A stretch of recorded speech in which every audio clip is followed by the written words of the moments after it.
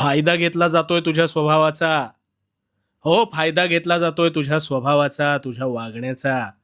याला कारण सुद्धा तूच आहेस. आता तुला वाटेल ते कसं?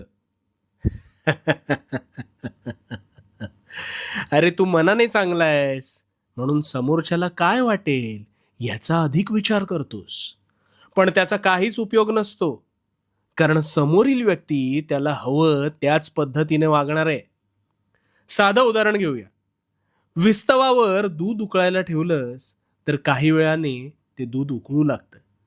पण जर विस्तव बंदच केला नाहीस तर ते तुला काय वाटेल म्हणून तसंच राहतं का? नाही ना. दूध त्याचा स्वभाव सोडत नाही आणि बाहेर वाहून जातं. आता ह्यातून तुला काय कळलं? अरे स्वतःचा स्वभाव हा कधी सोडायचा नाही. इतरांचा इतका सुद्धा विचार करायचा नाही की